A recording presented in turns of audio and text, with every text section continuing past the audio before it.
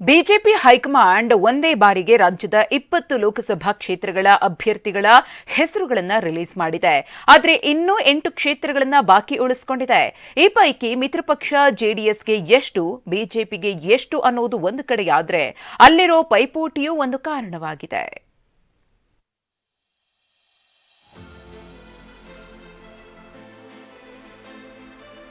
8 ಕ್ಷೇತ್ರಗಳ ಟಿಕೆಟ್ ಬಾಕಿ, ಬಿಜೆಪಿಗೆಷ್ಟು, ಜೆಡಿಎಸ್ಗೆಷ್ಟು? 5 ಕ್ಷೇತ್ರ ಬಿಜೆಪಿಗೆ, 3 ಕ್ಷೇತ್ರಗಳಲ್ಲಿ ಜೆಡಿಎಸ್ ಸ್ಪರ್ಧೆನ. ಅಳೆದು ತೂಗಿ ಬಿಜೆಪಿ ಕರ್ನಾಟಕದ 20 ಕ್ಷೇತ್ರಗಳ ಅಭ್ಯರ್ಥಿಗಳ ಹೆಸರನ್ನ ಪ್ರಕಟ ಮಾಡಿದೆ.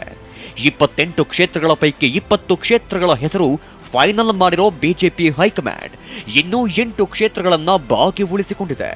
ಈ ಪೈಕಿ ಜೆಡಿಎಸ್ಗೆಷ್ಟು, ಬಿಜೆಪಿಗೆಷ್ಟು ಅನ್ನೋ ಪ್ರಶ್ನೆ ಎದ್ದಿದೆ. ಅದರಲ್ಲೂ ನಿನ್ನೆ ಹಾಸನದಲ್ಲಿ ಮಾತನಾಡಿದ್ದ ಜೆಡಿಎಸ್ ರಾಜ್ಯಾಧ್ಯಕ್ಷ ಕುಮಾರಸ್ವಾಮಿ 3 ಕ್ಷೇತ್ರ ಬೆಟ್ಟು ಕೊಟ್ಟಿದ್ದಾರೆ ಎಂದಿದ್ದಾರೆ. ಹಾಸನದಿಂದ ಪ್ರಜ್ವಲ್ ಸ್ಪರ್ಧೆ ಮಾಡ್ತಾರೆ ಎಂದಿದ್ದಾರೆ. ನಿಮ್ಮ ಉಬ್ಬಿದ ರಕ್ತನಾಳಗಳ ಸಮಸ್ಯೆಗೆ ಎವಿಸ್ ಆಸ್ಪತ್ರೆಯಲ್ಲಿ ಕೇವಲ 30 ನಿಮಿಷದ ಲೇಸರ್ ಚಿಕಿತ್ಸೆಯೊಂದಿಗೆ ಮುಕ್ತಿ ಹೊಂದಬಹುದು. ಹೆಚ್ಚಿನ ವಿವರಗಳಿಗಾಗಿ ಸಂಪರ್ಕಿಸಿ 8088837000. 2-3 ಸ್ಥಾನ ನಿಲ್ತೀವಿ. ಇದೊಂದು ಕ್ಷೇತ್ರ, ಮಂಡ್ಯ ಒಂದು, ಕೋಲಾರ ಒಂದು, 3 ಇವತ್ತು ಕೇಂದ್ರದಲ್ಲಿ ಕೊಡ್ತಕ್ಕಂಥ ನಿರ್ಧಾರ ಮಾಡಕೊಂಡಿದ್ದೀವಿ. ಇವತ್ತು ರೇವಣ್ಣರ ಮಗ ಅಲ್ಲ, ನನ್ನ ಮಗ.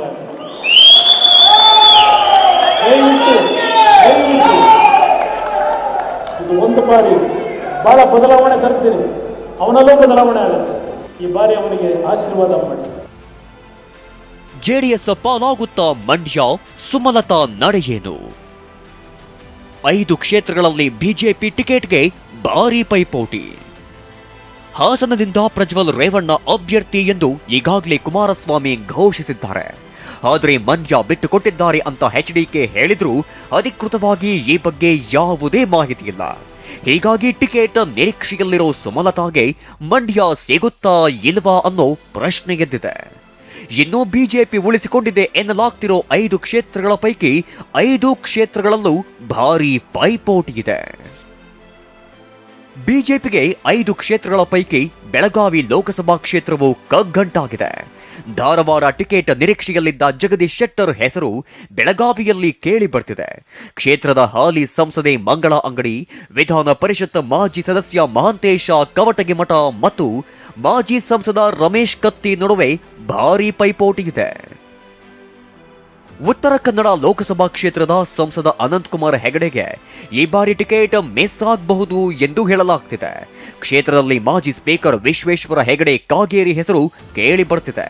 ಇದರ ಜೊತೆಗೆ ಆರ್ಎಸ್ಎಸ್ ಮುಖಂಡ ಗೋಪಾಲ ನಾಗರಕಟ್ಟೆಗೆ ಟಿಕೆಟ್ ನೀಡೋ ಬಗ್ಗೆ ಆರ್ಎಸ್ಎಸ್ ವಲಯದಲ್ಲಿ ಭಾರೀ ಚರ್ಚೆ ನಡೆಯುತ್ತಿದೆ. ಚಿಕ್ಕಬಳ್ಳಾಪುರ ಲೋಕಸಭಾ ಕ್ಷೇತ್ರದ ಟಿಕೆಟ್ಗಾಗಿ ಮಾಜಿ ಆರೋಗ್ಯ ಸಚಿವ ಡಾಕ್ಟರ್ ಕೆ ಸುಧಾಕರ್ ಭಾರೀ ಲಾಬಿ ಮಾಡ್ತಿದ್ದಾರೆ. ಇದರ ಜೊತೆಗೆ ಪುತ್ರ ಅಲೋಕ್ ವಿಶ್ವನಾಥ್ಗೆ ಟಿಕೆಟ್ ಕೊಡಿಸಲು ಯಲಹಂಕ ಶಾಸಕ ಎಸ್ಆರ್ ವಿಶ್ವನಾಥ್ ತೀವ್ರ ಒತ್ತಡ ತರುತ್ತಿದ್ದಾರೆ. ಇನ್ನು ಚಿತ್ರದುರ್ಗ ಲೋಕಸಭಾ ಕ್ಷೇತ್ರದ ಟಿಕೆಟ್ ಹಾಲಿ ಸಂಸದ ಮತ್ತು ಕೇಂದ್ರ ಸಚಿವ ಎ ನಾರಾಯಣಸ್ವಾಮಿ ಕೈತಪ್ಪಬಹುದು ಎನ್ನಲಾಗ್ತಿದೆ. ಮಾಜಿ ಸಂಸದ ಜನಾರ್ದನ ಸ್ವಾಮಿ ಹೆಸರು ಕೂಡ ಪ್ರಬಲವಾಗಿ ಕೇಳಿ ಬರ್ತಿದೆ. ರಾಯಚೂರು ಲೋಕಸಭಾ ಕ್ಷೇತ್ರವೂ ಕೂಡ ಬಿಜೆಪಿ ಬಾಕಿ ಉಳಿಸಿಕೊಂಡ ಕ್ಷೇತ್ರವಾಗಿದೆ. ಇಲ್ಲಿ ಹಾಲಿ ಸಂಸದ ರಾಜ ಅಮರೇಶ್ವರ ನಾಯಕ್ ಮತ್ತು ಮಾಜಿ ಸಂಸದ ಬಿವಿ ನಾಯಕ್ ಮಧ್ಯೆ ತೀವ್ರ ಪೈಪೋಟಿ ಏರ್ಪಟ್ಟಿದೆ. ಇದೇ ಕಾರಣಕ್ಕೆ ಈ 5 ಕ್ಷೇತ್ರಗಳನ್ನ ಬಾಕಿ ಉಳಿಸಿಕೊಂಡಿದ್ದು ಉಳಿದ 3 ಕ್ಷೇತ್ರಗಳ ಗುಟ್ಟು ಕೂಡ ರಟ್ಟಾಗಬೇಕಿದೆ. Bureau report, TV9.